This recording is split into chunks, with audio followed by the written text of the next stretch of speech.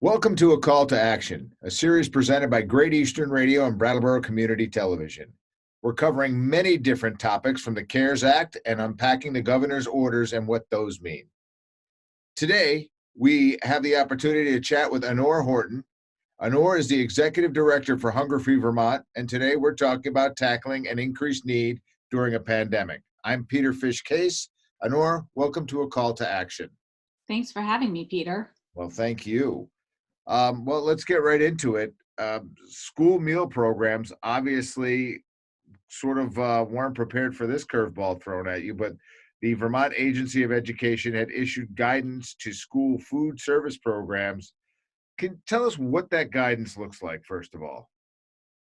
Yes, well, so first of all, Governor Scott, as part of his order closing schools but requiring learning to continue through the remainder of the school year, also required schools, every school district in Vermont, to come up with some kind of a plan to continue other essential services. And thankfully, food was one that he included in that order. And so every school district in Vermont needed to, and of course wanted to as well, find a way to continue to get meals, breakfast and lunch, to students who needed it.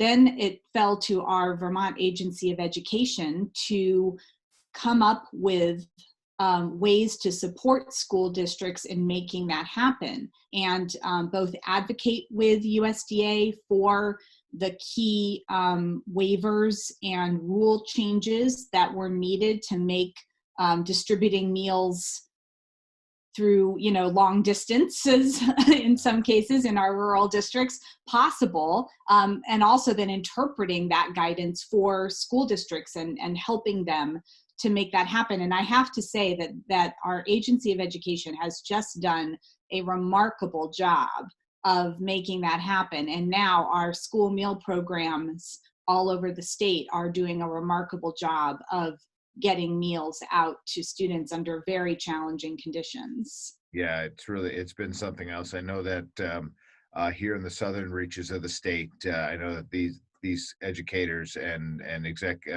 school executives and administrators have just been moving mountains to make sure that kids get fed. They really have. Which leads us to Three Squares Vermont, and this is also known as SNAP. Just quick for those who don't know, what is SNAP's an acronym, and what does that mean? SNAP stands for the Supplemental Nutrition Assistance Program. All right, now, sorry. Well, explain to viewers and listeners, if you would, explain the changes that has gone through recently with the inception of COVID. Right. Well, of course, like everything else, everything has had to move online, and that was always an option for applying to Three Squares Vermont, but now it's the only option that people have, is to apply either online or over the phone. And so many organizations, our state Department for Children and Families operates the Three Squares Vermont program here in Vermont, administers it, and also a lot of other organizations, nonprofit organizations throughout Vermont, have people on their staff who help people to apply for this program, which is really great because the application can be confusing, and it's really nice to have someone available to just walk you through it and help you make sure you're completing it in a way that's going to get you the best benefit possible if you're eligible. So a lot of those organizations, like the Vermont Food Bank, the area agencies on aging, they've stepped up the number of people who are available to take calls and help people with the application. And our Department for Children and Families has a call center where you can get help as well. So there's been kind of an increase, a stepping up of available resources to assist people with applying. There's definitely an increase in people applying, which I think is really good news in a situation like this. it's also the case that every household that is eligible and applies for benefits is going to be receiving the maximum benefit for their household size right now. So that's also really good news, and that was a change made by Congress at the federal level. Okay. You can also now upload any of the supporting documents that you need in order to complete your application. You can upload those electronically as well. Good. All right. So when you say maximum amount, let me just let's just get it. So like a family of four, when you say the maximum amount, what does that mean? What if people need to apply for food? What could they expect? Oh, that is a good question, and I don't have those numbers right in front of me. It's Can fair. you want to That, hang on for a second and I'll check? no, Or that's all right. We'll just keep moving. So WIC, all right, which is another program that falls a little bit under your purview. Can you please explain what that is, and also if there have been any changes to that? yes, so WIC is the Women, Infants, and Children program, and that is a great program that supports women who are pregnant, and then infants through age 5 with a set of resources, one of which is healthy food. And so that program has received additional funding from Congress, but it's a program that is often underutilized here in Vermont. And this is a really great time if you are a parent of a young child, or you are pregnant.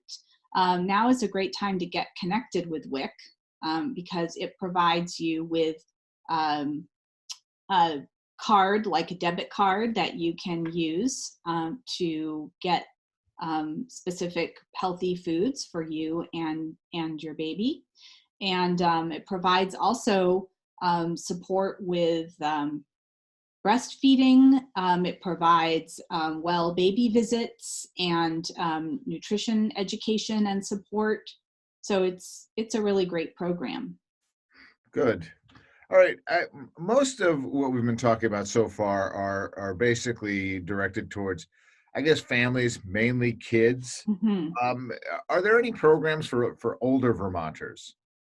Yes. So older Vermonters, of course, we know are particularly at risk with COVID-19 and are being especially encouraged to stay home and not go out in public. And so it's really important in that case that meals are able to be delivered to you if you're an older Vermonter. And our Meals on Wheels program is the basic program for that, and it also is being expanded significantly. And we have delivery systems in place in every region of Vermont. And so that's another program where if you would like to get connected to have meals delivered at home, you're 60 or older, then you can give a call to your local area agency on aging, and they will connect you with that program. Okay, good to know. Obviously, making use of these programs like Three Squares Vermont, WIC, and school meals helps individuals and families. But how does does it matter to Vermont overall? Yeah, that's such a great question. It really does matter to Vermont overall. So I think it's really important to think about these programs that they start at the federal level. So these are federally funded programs that are administered more locally through our state agencies, and they bring federal dollars into the state of Vermont to help all of us when we need that help. But it's not just federal dollars, it's our dollars, right? So through our working lives, we contribute to the whole tax system. And these are programs that our representatives in Congress have set up over time to take care of all of us. And that federal money coming back into the state really makes a difference. It's been shown that Three Squares Vermont, for example, it returns $1.50 to $1.80 into the local economy for every dollar that of Three Squares Vermont benefits that people spend here in Vermont. That's a critical economic stimulus that we need. When you apply for school meal programs and you make use of the school meal deliveries that are happening now, you're actually helping your school district really be able to maximize that program, and you're helping to make your school district eligible to provide universal summer and after school meals for all children on into the future, because the more people who use the school meal program, that's how eligibility for those programs are determined. So making use of these federal programs, you're also helping your local community when you do that. Okay, so by using the program, you strengthen the program. You do, absolutely. And you strengthen our local economy, including helping our local farmers, because you can use your Three Squares Vermont benefits, for example, at your local farmers market this summer. You can use them to buy seed and plant starts, and even to start your own garden at home. And all of those things are going to help at the very local level to keep Vermont's economy going through this really, really challenging time we're all in together. Interesting, very interesting, because I'm all about trying to source locally and shop locally. So it's interesting to know that was Right. that was a really good piece of information. Thank you for that. Of I've course. been saying this over and over again to folks who come on a call to action, that we are just trying to fix the car while it's moving. All right, there's just nobody pandemics well. So No. for me, it speaks to the uncertain nature, how systems that we deploy today will change tomorrow. Have the folks at Hunger Free Vermont found that to be the case? Well, I mean, I really relate to that idea of like trying to fix the car while it's moving, because I feel like that's what all of our staff are trying to do every day. We're used to working in person with people as well, and now, of course, we can't do that. So we're trying to transition our trainings and technical assistance into online models, and we are we're working really hard to figure out, well, what kind of outreach materials and information do people really need right now from us, and how can we get that out to them? And our 10 hunger councils that operate all around the state have become real kind of networking platforms in their different communities to coordinate responses at the local level to this crisis. And so we've really been trying to staff those up and support those local people. So I feel like we're coming up every week, we're making changes and trying to adapt to the situation. It's very challenging for all of us. Well, yeah, it's just a lot of moving parts, and of course, with the increased need, and if we're paying completely attention to the overwhelmed system that was kickstarted, of course, as you mentioned, by the feds, unemployment claims, which are people are super frustrated with getting those through, the PPP loans if you're a business owner, and you thought you did everything right, and your stimulus checks, some people are still waiting for those.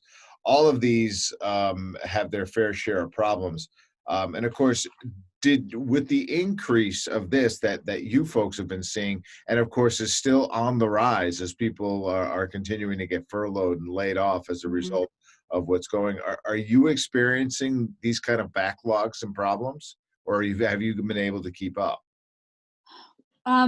Well, I mean, we are certainly doing our best to kind of keep up with getting information out to everyone. I feel like we're still to some degree scrambling to make sure that everyone who needs to know about these programs and how to access them gets that information. And, radio programs like yours really help us to do that. So I really appreciate the opportunity to be on with you and your listeners today. And I think that we are in a situation that is not going to go away anytime soon. I mean, maybe that's stating the obvious, but I think we all really need to let that sink in, that we need to be taking a stand for keeping these programs like Three Squares Vermont, like school meals, and soon we're going to be looking at summer meals for children, and that's really important too. We need to make sure that the federal government is continuing to make these programs flexible and really usable in this situation that we're in, so we can keep on taking care of ourselves and our families, but also our communities and our state. So I think there's a big advocacy job ahead of us too, and we may really need a lot of Vermonters to raise their voices up so that we can, take care of each other. Right. And know you have mine whenever you need it. Thank you so much, Peter. I really appreciate that. You're welcome. Anore, do me a favor. If you had in your elevator speech had to tell somebody if they need services, how to get services, and you only had that elevator ride in which to do that, what would you tell them? All right. Well, if you prefer the telephone approach, call 211. 211 is a toll-free number. You will get a live person anytime that you call, day or night, and you can ask them any question about any service, and then they will connect you to the right number or right place to go to for whatever service it is that you need. So 211, every Vermonter, that's the number to call. Or if you prefer the computer approach, you can go to our website, hungerfreevt.org. We have a coronavirus resource page on that website, and it lists all the different programs we've talked about and directly how you can connect with each one of them. Great. Anore, anything that you think we may have left out of this conversation today? Well, I just want to give a shout out to Vermonters.